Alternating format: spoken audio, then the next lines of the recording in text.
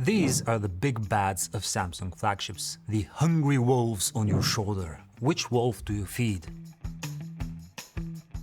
The Galaxy S25 Ultra is this redesigned flat, stark, all-business-like rectangle with an amazing screen, SPEN, and the best camera system that Samsung has right now. The Galaxy Z Fold 7 is an all-new foldable that's super thin. It's no coincidence that we're comparing those. Look at that, it's basically as thin as a Galaxy S25 Ultra when it's folded and has a similar external display. Now open it up and you get even more to play with. The downsides are that the Galaxy Z Fold 7 has the same-ish main camera but not the same other cameras, and it no longer supports S Pen.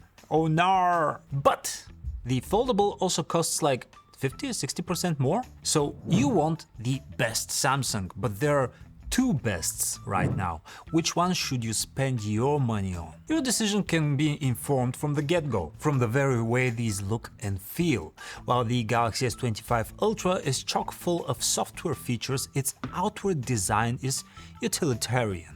It has a very no-nonsense appearance. If you want your phone accessory to say, look, I'm here to get the job done, I think this one says it. That's not to speak ill of the Galaxy Z Fold 7, which just reeks of high-tech, absolute top-tier premium. This is the best feeling hinge on a foldable I've felt to date. It has the right amount of resistance, the right amount of click, the right amount of slap in. If I am to assume something about you as a professional, if I see you carrying this around, it would be that you want to have access to that big screen so you can delve into your data, and you spend so much time on it that you're willing to pay for something luxurious and enjoy your work on it. No wrong answers here. Rest assured, whichever you pick, you will have at least one excellent AMOLED screen with high brightness, sharpness, and a super smooth refresh rate. The big benefit of the Z Fold 7 is, of course, the big screen on the inside, 8-inch squarish format.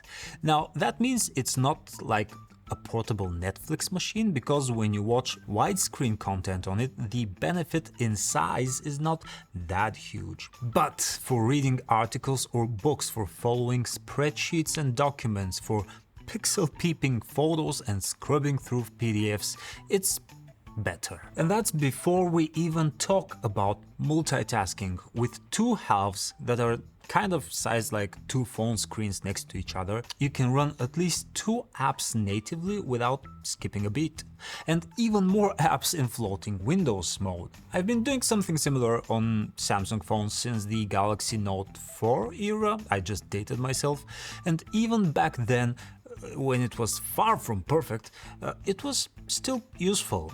Researching set lists and lyrics, YouTube videos, articles, topics, just copy and pasting from one window to the other, it feels much better on a modern foldable for sure.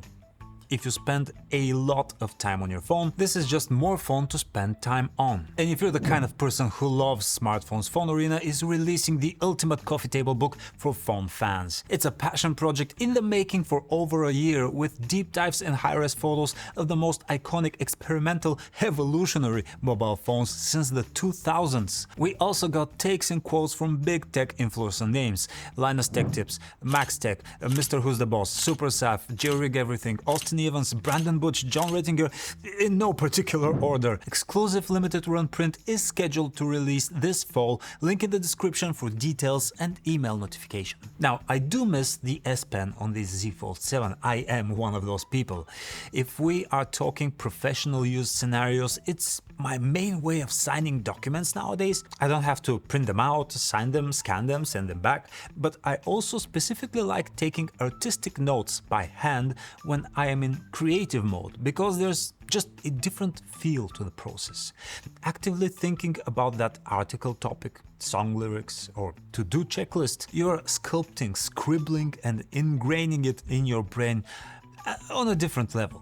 Also, the S Pen feels like a very natural mouse pointer for Galaxy phones when browsing websites or just throughout the interface. So if I'm to rate the creativity with these working tools, the Galaxy Z Fold 7 and the Galaxy S25 Ultra, for the first time in a while it's slightly different. I'd go with the S25 Ultra for more single task oriented focused work that can sort of do split screen multitasking, but it's not ideal. And I'd go for the Z Fold 7 if you often find yourself wanting more windows open at the same time. I know I'm getting a bit metaphysical on you, I know.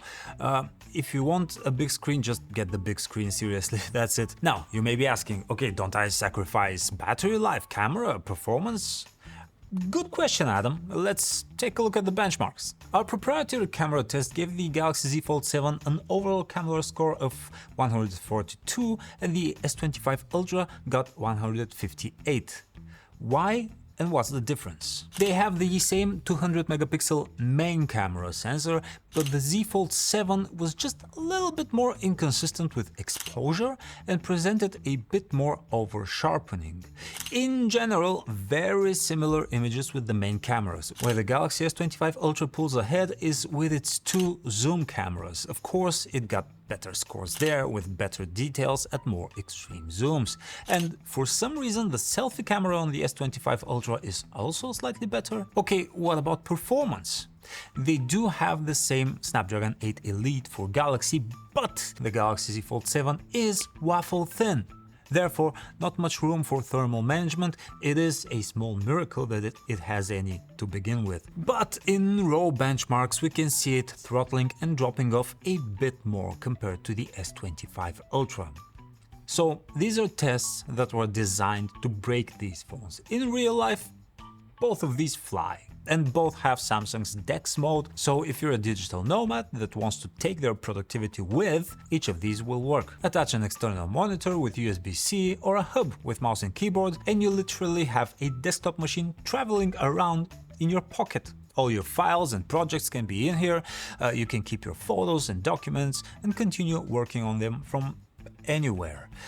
Speaking of working on these from anywhere, well, battery life is gonna be a concern, right? Yeah, the thinner Z Fold 7 has a smaller 4400 mAh cell, but has to feed a bigger screen. The S25 Ultra has a conservative yet bigger 5000 mAh battery, and our tests show that you get consistently 25 to 50% more battery endurance from the S25 Ultra. So how do we sum this up? If you buy the Galaxy S25 Ultra, you get a slightly better camera experience, you get the SPEN, you get a solid brick of a phone with an enduring battery.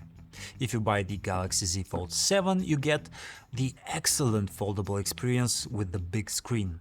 No S-Pen, slightly downgraded camera, shorter battery life. If you were to ask me, is the Z Fold 7 worth the $700 extra? All I can say is I can feel and see where that money is going.